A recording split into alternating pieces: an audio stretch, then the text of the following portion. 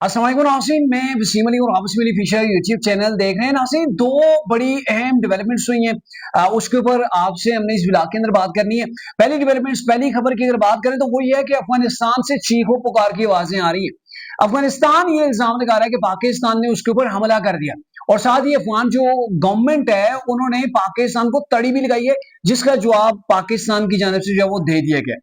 जो दूसरी खबर है जिसके ऊपर हम इस ब्लॉग के अंदर बात करने लगे हैं वो ये है कि मौलाना फजल रहमान साहब ने एक इजलास जो है वो बुलाया था, और उसके बाद उन्होंने एक प्रेस कॉन्फ्रेंस किया। उस प्रेस कॉन्फ्रेंस के अंदर उन्होंने आर्मी चीफ से मराद के छोड़ने का मुतालबा कर दिया। अब ये मौलाना फजल रहमान साहब क्यों कह रहे हैं, और इसके अंदर मौलाना फजल रहमान साहब की जो बातों के अंदर तजाद है सर, वो भी खुल के सामने आ गए। गवर्नमेंट ने जो भाव नहीं दिया मौलाना फजल रहमान साहब, उसके ऊपर मौलाना कितने सीख पाए, तो क्या कुछ कर सकते हैं, इसके ऊपर इस ब्लॉग के अंदर हम आपसे बात करेंगे। सो आगे बढ़ने से पहले मेरी आपसे रिक्वेस्ट है कि आपने इस वीडियो को एंड तक जरूर देखना है, और अगर आपको ये वीडियो हमारी पसंद आती है तो इसे लाइक एंड शेयर जरूर कीजिएगा। नासिर, जो बातें मौलाना फजल रहमान साहब अगर कोट एंड कोट में वो आपको बताऊंगा, और उसके अंदर जो मेरा इनपुट होगा, जो मेरा एनालिसिस होगा, वो भी साथ साथ में आपको बताऊंगा। तो टाइम वेस्ट किए बिना डायरेक्टली चलते हैं कि मौलाना फजल रहमान साहब ने आज क्या कुछ बातें की। पहली बात यह कि मजलिस शूरा का इजलास मौलाना फजल रहमान साहब ने 27वीं यानी तरमीम से रिलेटेड जो है वो बुलाया था, और इसके अंदर उन्होंने इजलास के बाद जो वो एक प्रेस कॉन्फ्रेंस की। मौलाना फजल रहमान साहब ने प्रेस कॉन्फ्रेंस के अंदर ये कहा है कि 27वीं यानी तरमीम और बाज ऐसे कवानीन जो पार्लियामेंट से पास किए गए पर जो वो गौर किया गया। इन्होंने कहा कि यूआई ने 27वीं यानी तरमीम का को कुलिया जो कंप्लीटली जो है ना मुकम्मल तौर पर उसको मुस्तरद कर दिया है। इन्होंने कहा कि पार्लियामेंट में हमारे अरकान ने इस तरमीम की मुखालफत की। मजलिस शूरा ने अपनी जमात के पार्लियामेंटेरियंस के इस फैसले की तौसीक कर दी। मौलाना फजल रहमान साहब ने यह भी कहा कि 26वीं आईनी तरमीम के हवाले से हमने पीटीआई को हर पेशरफ से आगाह करते रहे, पीटीआई की तजवीज़ पर हुकूमत को मजबूर भी करते रहे। वो तरमीम बाइमी मुशावरत के अमल से गुजरी थी। कहा जा सकता है कि वो तरमीम पार्लियामेंट में कदरे मुतफिका तौर पर मंजूर हुई थी। इन्होंने मजीद कहा कि 27वीं यानी तरमीम के दौरान इनका फर्ज था, इनकी हुकूमत को कहा जा रहा है कि उनका फर्ज था कि अपोजिशन से मुशावरत करते, कम अज कम जेयूआई से मुशावरत करते।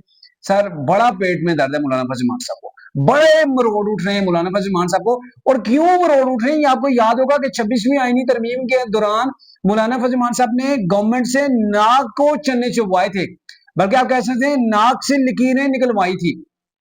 दो बार तकरीबन गालिबन आसिफ जरदारी साहब मौलाना फजल रहमान साहब के पास गए, बिलावल भुट्टो चक्कर काटते रहे, वज़ीर आज़म पाकिस्तान शहबाज शरीफ उनके घर के उनके आस्थाने के ऊपर जाते रहे, वहां जाके उनको कायल करते रहे।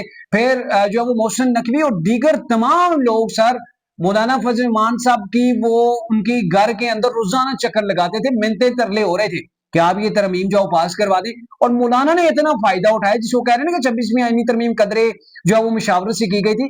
मौलाना के पास कितने सेनेटर से कितने पार्लियामेंटेरियन, आपको अंदाजा होगा, 5 से ज्यादा तो उनके पास नहीं होंगे। तो उसके ऊपर मौलाना फजल रहमान साहब ने ये कहा था कि भाई जो है वो जो शके मेरी है ये आपको पास कराना पड़ेगी। और फिर ये हुआ कि मौलाना के कहने के ऊपर उस 26वीं आईनी तरमीम के अंदर सबसे ज्यादा जो शके पास हुई थी वो मौलाना के कहने के ऊपर हुई थी। गवर्नमेंट जिसने जो वो ये सारा खेल अपने कंधों के ऊपर लिया, सारे इल्जामात खुद जो वो अपने कंधे के ऊपर लिए, लेकिन शके पास कराने वाले उस वक्त मौलाना फजल रहमान साहब। अच्छा, तो मौलाना फजल रहमान साहब ये कह रहे हैं कि दीगर को छोड़े सर, हमसे तो मुशावरत करते।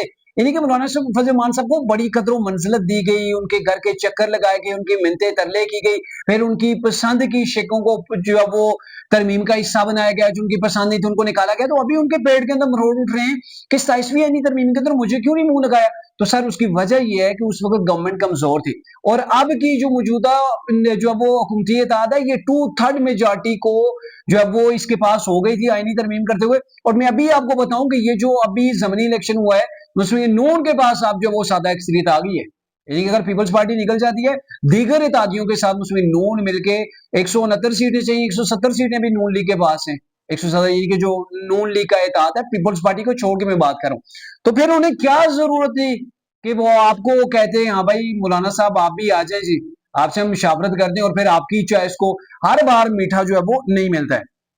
अच्छा, फिर जी मुनाफा जमान साहब ये कहते हैं ये दो ताई अक्सरियत जबरी और जैली थी, ये सब कुछ पार्लियामेंट और जमहूरियत के मुनाफी हुआ। जो कुव्वतें इस तरमीम को लाने पर मसर थी, इनकी इज्जत में कोई इजाफा नहीं हुआ। कुव्वतों की जानब आप इशारा समझ सकते हैं, ये एस्टेब्लिशमेंट को कह रहे हैं। फो अवाम में हुकूमत की मकबूलियत बड़ी तेजी से गिरी है। हाँ सर, बिल्कुल हुकूमत की जो है वो इतनी जो है वो मकबूलियत गिर गई है कि हुकूमत 13 सीटों के ऊपर इलेक्शन था, 12 जीत गई है। 12 नहीं बल्कि 13 की 13 जीत गई है, 13वीं भी तो तहरीक पीपल्स पार्टी की है ना। तो ये आप देख लें मौलाना फजल रहमान साहब की, देखें कितना बड़ा बातों के अंदर तजाद है।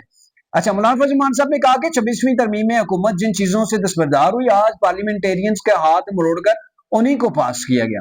तरमीम लाकर ऐसी पेचीदगियां पैदा की गई कि खुद अदालत को भी समझ नहीं आ रहा। उसूली तौर पर JUI आईनी अदालत के हक में थी जब आइन बन रहा था। इस वक्त भी पार्टियों का मौकफ मुख्तलिफ था। अगर आप आईनी अदालत के हक के अंदर थे तो पिछली बार आप उसको 26वीं आईनी तरमीम से निकलवाते नहीं। इन्होंने कहा पीपल्स पार्टी ने 2 अक्सरियत होने के बावजूद सबसे मुशावरत की, छोटे सूबों को एतमाद में लिया गया।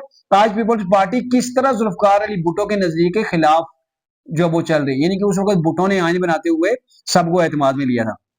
पीपल्स पार्टी ने जमहूरियत की नफी में किरदार अदा किया। पीपल्स पार्टी ने गैर जमहूरी अमल में हुकूमत का साथ दिया। सरबराह JUI का कहना था कि बाज अहले मनसब को ताहयात इस्तिस्ना दिया गया, जिसके अंदर जो प्रेसिडेंट ऑफ पाकिस्तान सदर पाकिस्तान आसिफ अली जरदारी आ गए और बाद में भी जितने आएंगे, और साथ ही जो है वो फील्ड मार्शल का कहा जा रहा है। फौजी हुकूमत में जरदारी साहब इल्जामात पर 8 साल जेल में रहे। आज इसी को कहा जा रहा है कि ताहयात आपके खिलाफ कोई मुकदमा नहीं हो सकेगा। पाकिस्तान का कानून इनको 8 साल तक अदालत में पेश नहीं कराता रहा। सदारत के मनसब के बाद अब ऐसा क्यों क्यों मासूम शख्सियत का रूप दे दिया गया, यानी कि इन लोगों को क्यों आप मासूम बना रहे कि बड़े गहरे दौर से मौलाना और आसिफ अली जरदारी साहब, लेकिन मौलाना फजल रहमान साहब के भी पेट के अंदर मुरोड़ उठ रहे हैं कि इन्होंने मुझे बाओ क्यों नहीं दिया। और पिछली बार जो कुछ मौलाना ने इनके साथ किया था तो जाहिर है इन्होंने तो फिर अपनी तैयारी की हुई थी इस बार 2/3 मेजॉरिटी के साथ। अच्छा, इन्होंने कहा जी तीनों मुसल्लह अफवाज के सरबराह की भारत के मुकाबले में वादे की सबसे पहले हमने तारीफ की, लेकिन इसकी पादाश में इनको ताहयात जो मराहत दी गई हैं वो जमहूरी मुआशरे में मुतमिल जो वो नहीं है। मुसल्लह अफवाज के सरबराहान इस तरमीम के तहत मिलने वाली मराहत से खुद इनकार कर दें, इस तरह मुल्क में तबकाती निज़ाम पैदा होगा। यानी कि अब वो आर्मी चीफ यानी कि फील्ड मार्शल आसिम मुनीर से एक तरह से वो गोया मुतालबा कर रहे हैं कि आपको ताहयात जो इस्तिस्ना मिला है आप इसको छोड़ दें, और जो फील्ड मार्शल का टाइटल फिर लाइफ टाइम के लिए मिला है वो भी छोड़ दें। मुझे नहीं पता मौलाना फजल रहमान साहब की इस बात के अंदर क्या मंतक है। मौलाना फजल रहमान साहब का कहना था कि मसवात के नारे लगाना और उसके बरअक्स कानून पास करना जमहूरी मुआशरे के शियान निशान नहीं। इस्लामी जमहूरियत पाकिस्तान में कुरान सुन्नत और आइन साजी का एहसास करार दिया गया। खुलफाए राशिदीन को कटहरे में खड़ा किया जाता रहा है, तो क्या इनसे भी ये बढ़े? सर हम नहीं कहते कि ये बढ़े, इनको भी ज़ाहिर है जवाब दे होना चाहिए।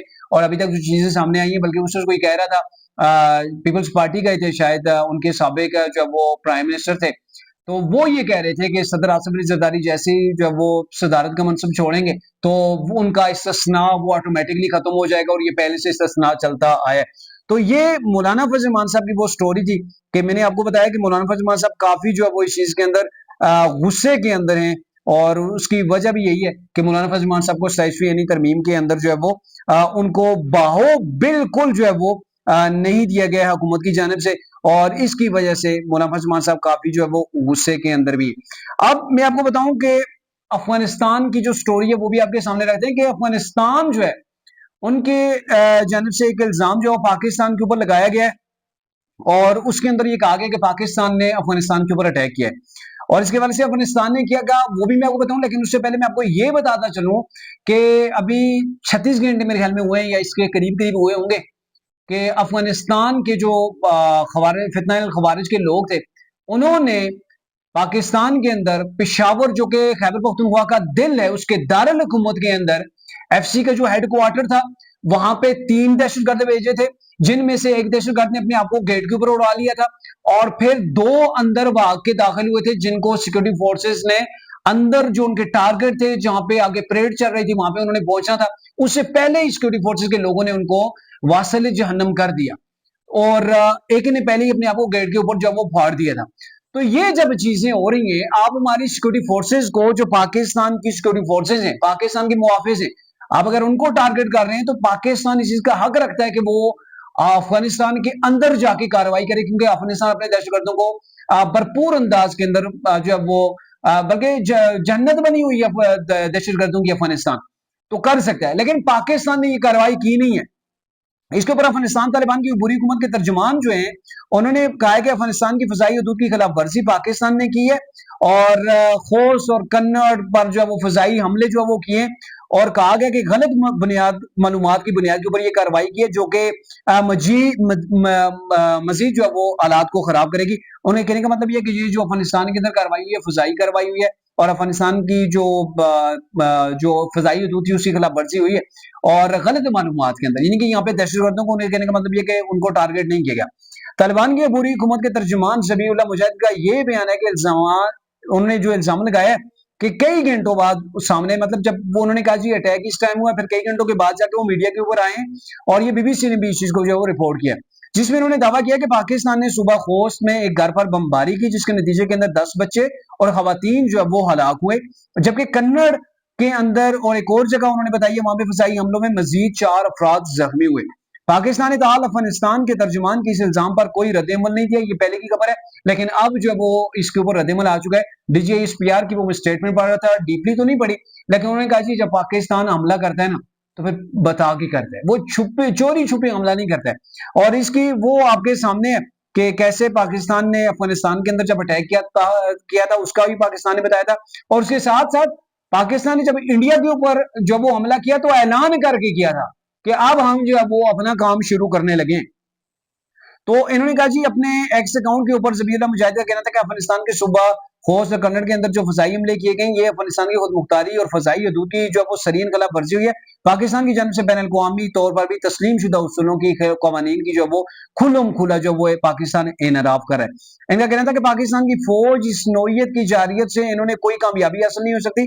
ذبیح اللہ مجاہد نے دعویٰ کیا کہ اس حملے سے ایک بار پھر ثابت ہوا کہ غلط معلومات کی بنیاد پر کارروائی کرنے سے صورتحال مزید پیچیدہ ہوتی ہے اور اس کے نتیجے میں پاکستان کے فوجی رجیم کی ناکامی اور رسوائی کے سوا کوئی نتیجہ سامنے نہیں آتا۔ افغانستان طالبان کے ترجمان کا کہنا تھا کہ افغانستان پاکستان کی جانب سے اپنی حدود کی خلاف ورزی اور مجرمانہ اقدامات کی سخت الفاظ کے اندر مذمت کرتا ہے۔ ان کا مزید یہ کہنا تھا کہ افغانستان اپنی فضائی اور زمینی حدود اور اپنے قوم کے دفاع کو اپنا شرعی حق سمجھتا ہے اور مناسب وقت پر اس کا جواب جو ہے وہ ضرور دے گا۔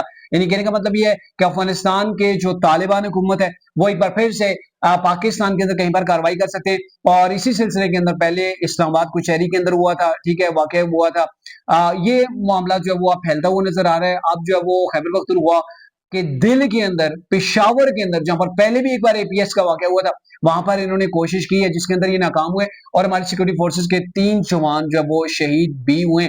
تو اس کے اوپر یہ کہہ رہے ہیں جی ہمارے اوپر جب اس کے بعد جب وہ حملہ ہوا ہے جبکہ پاکستان کی فورسز نے کوئی ایسی کارروائی نہیں کی ہے۔ کہنے کا مطلب یہ ہے کہ ابھی تک افغانستان جو وہ تیاری کر رہا ہے، کوئی ایسا جو ہے وہ دوبارہ سے کوئی کوشش کر رہا ہے، لیکن پاکستان کی فورسز جو ہے وہ بڑی مستعدی کے ساتھ، پاکستان کی محافظ جو ہے وہ بڑی مستعدی کے ساتھ وہ بارڈرز کے اوپر ہر جگہ جو ہے وہ پاکستان کی حفاظت کے لیے جو وہ تعینات ہیں، وہ ہر وقت جو وہ حفاظت کے لیے اپنی جانیں ہتھیلی پہ رکھ کے جو وہ تیار کھڑے۔ لیکن اس کے بعد اگر افغانستان کوئی کارروائی کرتا ہے تو میرے خیال میں پاکستان کا بھی اشر وہی ہوگا جو کہ بھارت کا ہوا تھا۔ تو بھارت سے سبق سیکھنا چاہیے افغانستان کو، اور اس کے بعد ہی جا کے کوئی ایسے جرحانہ جو وہ بیانات دینے چاہیے۔ تو اب تک کے لیے اتنا ہی تھا، اگلی اجازت دیجیے، اللہ